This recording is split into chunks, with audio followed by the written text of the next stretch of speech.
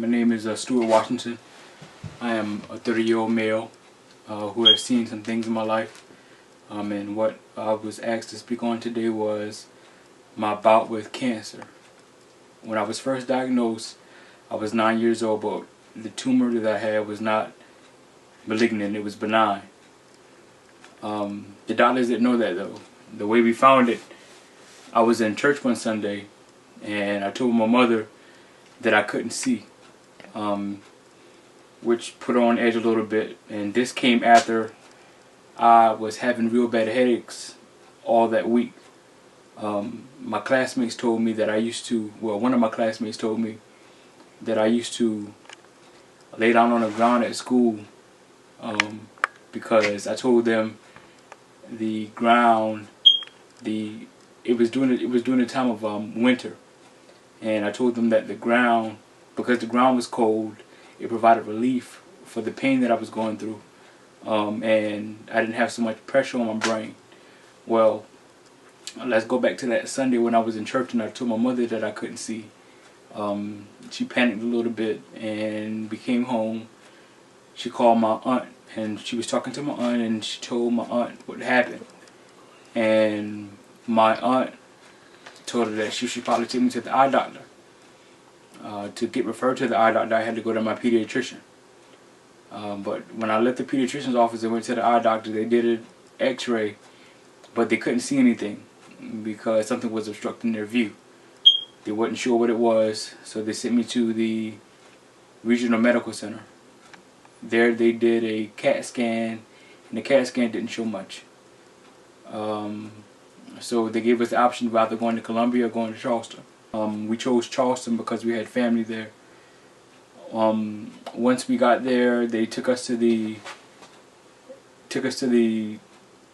part of the hospital where they had the MRI machine at, and they did the MRI, and after the MRI was done, they came back and told us that they had to put what you would call an intraventricular shunt on this part, in this part of my head, and they wanted to do that to drain the fluid off of my brain so that they could see if I actually had a tumor, because that's what they thought they saw, but they just wasn't sure.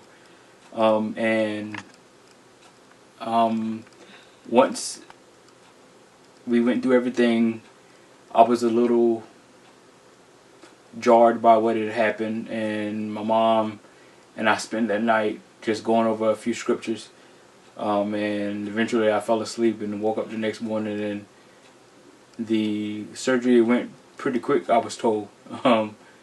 It was supposed to last 15 to 30 minutes, and I think that it pretty much did. And after it was done, they allowed the shunt to drain the fluid from my brain, and once that was done, they did another MRI, and they saw that I had a tumor. So they went in the rear part of my head and made an incision and took out what they could take out, which was 85% of the tumor, and they left a small piece in there because they couldn't get it because of complications during surgery. After that, I remember coming out of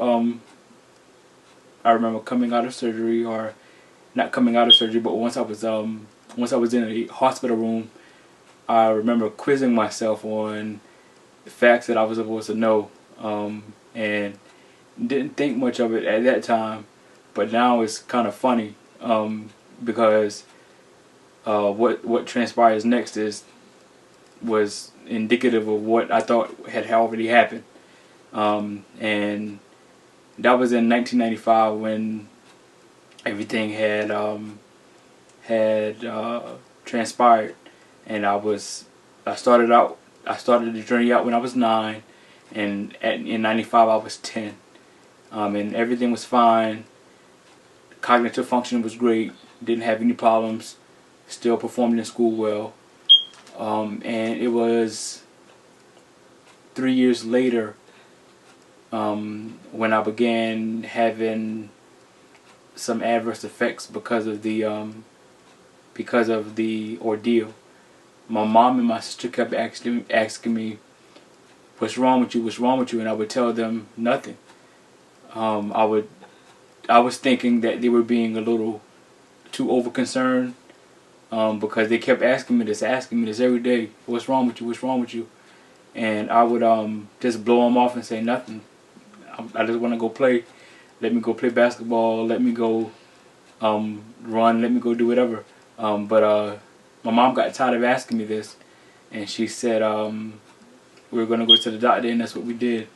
And we ended up at MUSC, and they withdrew culture from the shunt, which involved them taking in the syringe and just withdrawing fluid from it. And when they tested it, they realized that it was infected. And what was going on was I was about to have a stroke. So they went in the next morning and they replaced the shunt. They moved it from this part of my head to this part.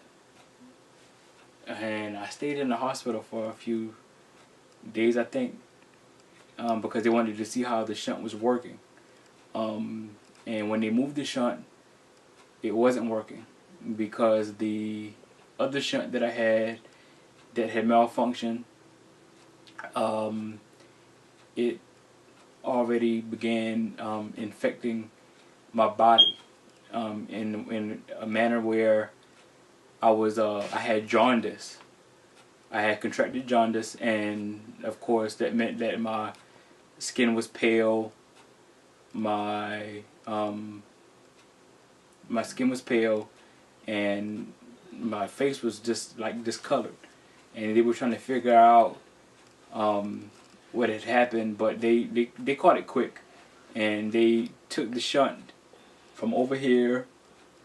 Well, actually, they had to drain the shunt first. So they connected it somehow in my hospital, in my room, and I had a device over here, and they were draining the fluid from my head. And once they got that done, they went in the front part and they put it here where it now sits. After that, they did another MRI, and the MRI showed that the tumor grew a little bit, and they asked us what we wanted to do, and we wasn't sure, but we talked about it, and the summation of the conversation was that I had been through enough surgeries, and there wasn't many more entry points on my head for them to go in and get the tumor. So we decided to do radiation treatment, and the radiation treatment, I forgot how long it lasted, but it wasn't that jarring. It was very simple. They made a cast. They made a molding for my head that had the direct coordinates for the rays to hit my my head, and I would put that mask on my face and my head every time I went in, and it was over before I knew it. Now, the side effect of radiation was that it became very hard for me to learn. So school became kind of arduous in the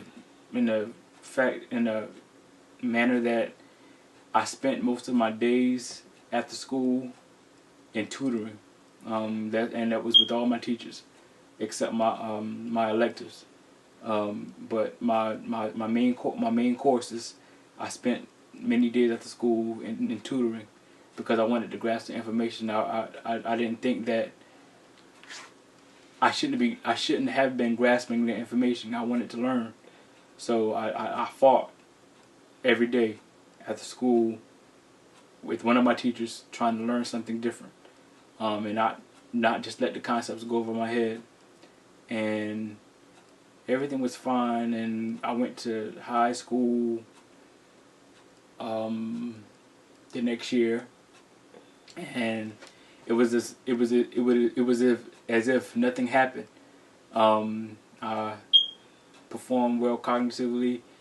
Cognitive function was okay. I was with the rest of my peers, but it wasn't until I went to college where I met difficulty. And the difficulty wasn't just in me not being able to remember facts. It was my inability to learn things at the pace everybody else did. So the first college I went to, I didn't do well. And I asked for extra help in my academics, but I didn't receive it. I'm thinking that I know. I don't think, I know that they never saw a case like me before, so they didn't know how to deal with it. No fault of their own. It's just like whenever you're dealing with something different, you don't know how to attack it. So they sent me my first semester. I did okay, but that sophomore semester, I had some problems, and I failed all my classes, and I was academically dismissed. When I was academically dismissed from the College of Charleston, I became depressed because I knew I was supposed to be in school. I knew I was supposed to be learning, because it was a dream of mine to go to college and to make something of myself. And my family, they supported me in every way possible, and encouraged me to give it another shot. And that's what I did. I sat out a semester, but the next semester I enrolled in a technical college, where I was met with some of the same difficulties I had when I was at the College of Charleston. And I remember one day I got a test back. I don't remember what class it was for, but I got a test back and I had failed again. And I went to my car and I wept. And while I was crying, I called my mom and we spoke, and I told her that I don't want to do it anymore. And she said, what do you mean you don't want to do it anymore? And we talked and talked and talked, and she told me that I wasn't going to give up. I want to take the time to thank Stuart for doing this interview. I appreciate you so much. I love you, guy. I've known Stuart since I was little. We pretty much grew up together playing basketball, and he would come over to my house, and since we lived across the street. But I really want to share his story because I feel as though that is very impactful. People are going through that today. Whether you're battling cancer, diabetes, high blood pressure, whatever it is, it's always a way to overcome. You have to maintain your health, eat right, choose the right things. So again, maintain your health, follow the instructions by the doctor that the doctor is giving you. Man, pray. Ask God to bring you through. Again, life is much better when you choose happy. You have the choice today, despite what you're going through, to smile. Here it is. Here this guy went through all this at an early age, starting at 9 years old, was able to accomplish things from memory loss, struggles in school, still able to be happy, still able to graduate. Took a little longer, but he got his bachelor's degree, and he's choosing happy. He's living his life, and he's doing the right thing. You should do the same. Choose happy, people. You have a choice. Let these stories, let these people's life experiences help you. You may be going through the same thing. You may know somebody going through the same thing. Share this. Like it. Share. So it's up to you. Make that choice today. Choose happy. Choose Happy TV. Once again, it's Kia, a.k.a. Kia Carolina. Until next time, stay on course. Stay focused. Smile. Choose happy.